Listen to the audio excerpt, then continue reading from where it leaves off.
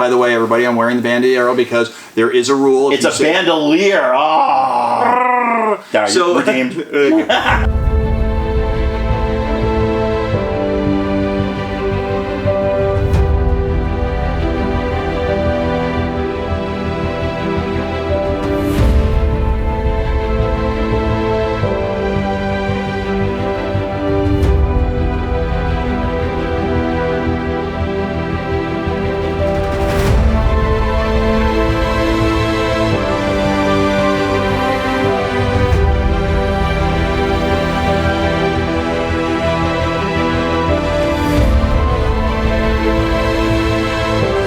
I'm in Pawling, New York, and where did I pull up along the way? To a toy store, and we're here with the Imperial Castle. I'm here with Johnpaul Ragusa. Actually had a little bit of a knowledge of Johnpaul. We had actually worked together as a vendor-customer relationship years ago, so I've been kind of following his story, and a guy who handed in the corporate card to go ahead and have a toy card. And there's a lot to go along with that too, so I'm looking forward to unpacking that. So we're here in a toy store in the middle of this beautiful little town, Pawling, New York, and unique. When I walked in, I actually saw that, again, my initial thought was it was mainly resale. But the truth of the matter is there is a very unique mix of not only older toys, but newer toys as well, unique toys. I'm seeing Playmobil, and don't worry, we'll give you lots of footage around the store and a lot of things that you can look at. But let's start back a little bit with your journey. And John, you made a decision to make a change and start this. So you got to tell us a little bit about that. Sure. So the joke I use is that I went from 6 figures to action figures. So it's corny enough, but it's really pretty apropos for what it was. I worked for Sprint for 17 years. I thought to myself, I would always love to go into business for myself. And it was sort of like a pipe dream type of thing. And, this would be wonderful one day, stuff like that. But toys? Did you know that that's what you wanted to do? I had no idea, actually, what I wanted to do. It was... I bought and sold Star Wars toys, and I was very heavily involved in the Star Wars vintage community, right. Running a website called Imperial Gunnery, which is a website dedicated to authenticity of vintage Star Wars weapons, which are highly counterfeited. Mm-hmm. So I'd already been a part of that community, but that was it. No other toy line, and my kids at this point are grown up, right. So it wasn't like I had little kids that I could use as a database for what's out there. Okay. So that was November 1. I put in my 2 weeks notice. November 2nd, I started Googling open a toy store, literally open a toy store. Toy store distributors, doing all the very basic searches. Mm-hmm. I had seen the building I'm in, because this was a newer building in Pawling, so I knew the space was available, and we met with the owners. I plunked $40,000 on my credit cards for inventory.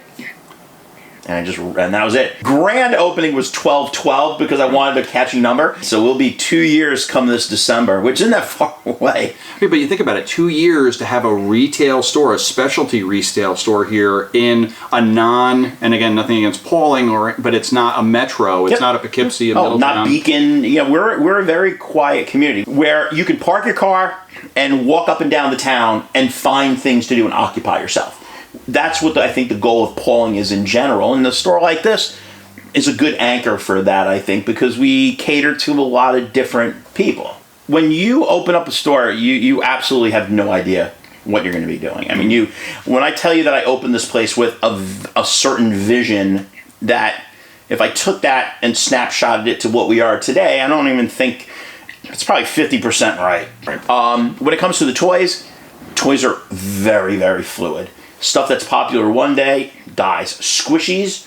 When I opened the store, I was going through hundreds of squishy toys. One day they just stopped. Fidget spinners? I was lucky to avoid fidget spinners because I know another local business is still sitting on thousands of them. I want to make sure that when you walk in here, you can find something that you want. And whether that is LOL dolls, Transformers, Matchbox cars, I'm looking at Nerf guns, RC cars. I'm never going to be a 50-lane Toys R Us, which didn't work out too well for them anyway. There's no more around anyway, so. And we're not a big box retailer. Right. But I will say this. I would argue that on any given point, any child can walk in here and walk out with something that they're looking for. People love the fact that you can go through every aisle in the store with a kid and be out of here in 15 minutes. You're not spending your day here unless you want to. Most of the time, this is no joke, more adults get dragged out of the store than children do. I get this. I get the I'll be at McKinney and Doyle's, and like the wife will walk out, and the husband will just be like, "Oh man." All right, and just try to get through every shelf, look through every old toy. And I mean, I'm saying it very lightheartedly, but it is actually really true. Kids can find what they want and leave way more than an adult male can, who gets stuck in a time zone of, oh my God, I cannot believe I own that. Right. I remember that because everything also comes with a story. My brother broke that on me. Oh my God. I've seen people take pictures and texting their parents. Oh, did you throw this out? And for me, having the fundamentals of being able to be open, listen to what people want, give solid advice, and I do think it's something you don't get in a lot of places. I mean, I don't find myself particularly entertaining, but people think I'm funny, and you know. Let's talk about what you do outside of the store, because folks, it's not just about the four. Well, I don't know if it's four walls. I think it's a little bit of a quadrangle, but anyway, trapezoid. Yeah. But you do a lot to go ahead and promote. And I don't even like to use the word promote the store, but it's really talking about toys and the brand. You have the radio show that you work with, plus you also do your Facebook sharing. And by the way, everybody, I'm wearing the bandolier because there is a rule. It's a bandolier. Oh. So redeemed. But if you sit in front of this, you have to wear it. So regardless, I'm making sure we do that. By the way, I know. Absolutely.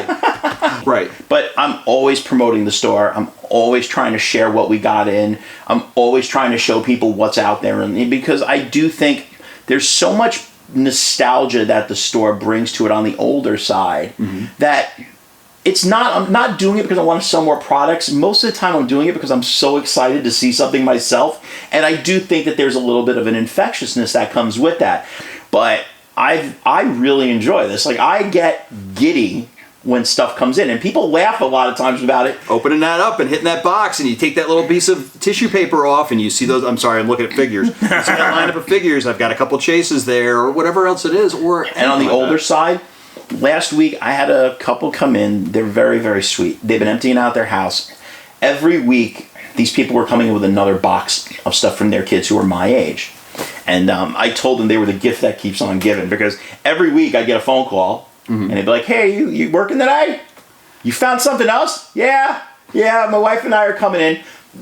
Sweet couple. The wife actually made me delicious baklava. So I won't say their names, but if you end up watching this, it was fantastic, by the way. Thank you. It was really good baklava. But G.I. Joe's, Star Wars, Mask, Transformers, it just kept coming. All that was great. Do you want to know what sent me over the falls? The Fisher-Price garage. Remember with the elevator? And you had the whole the slide going down the garage because you had the parking deck on top. They brought that in.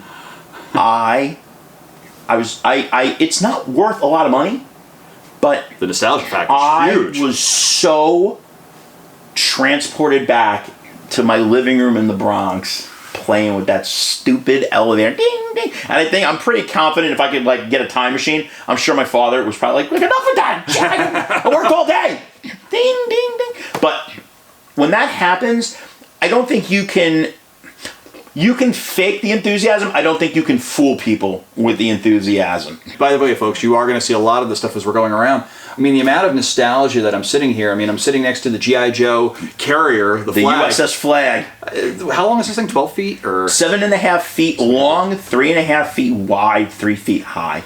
I think it is the largest toy ever produced. I think it is too. I've never owned this. Action figure. Yeah, I never even saw one until I was an adult. Yeah, and then I started seeing unboxings or finding them on eBay, and I'm like, oh my gosh. But, you've created something here that really gives parents, nostalgic, kids, young, and a place to go right here in the local area. And make sure you get down to Pawling, New York. Go ahead and visit the Imperial Castle. The exact address is 33 East Main Street, Pawling, New York, 12564. You can follow us at facebook.com/The Imperial Castle, theimperialcastletoyshop.com, and that's shameless enough plug. Yeah, you follow me on Instagram.